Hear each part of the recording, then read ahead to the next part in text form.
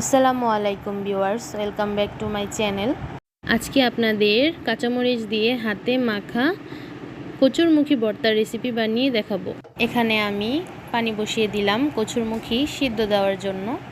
এখানে আমি কচুরমুখীগুলোকে ভালো করে ধুয়ে নিয়েছি, কারণ এগুলোর মধ্যে অনেক কাদা লেগে থাকে। তারপর এখানে আমি পানির মধ্যে দিয়ে দিব কচুরমুখীগুলো সিদ্ধ করার জন্য। তো সিদ্ধ হওয়ার পর এখানে আমি ভর্তাটা এখন বানিয়ে নেব। পেঁয়াজ, কাঁচামরিচ, ধনেপাতা এগুলোকে আমি এখন ধুয়ে নেব পানি দিয়ে। তারপর আমি এগুলোকে কেটে নেব, কুচি কুচি করে কেটে নিয়েছি। তারপর কচুরমুখীগুলো ঠান্ডা হওয়ার পর আমি এগুলোর খোসাগুলোকে ছাড়িয়ে নিচ্ছি।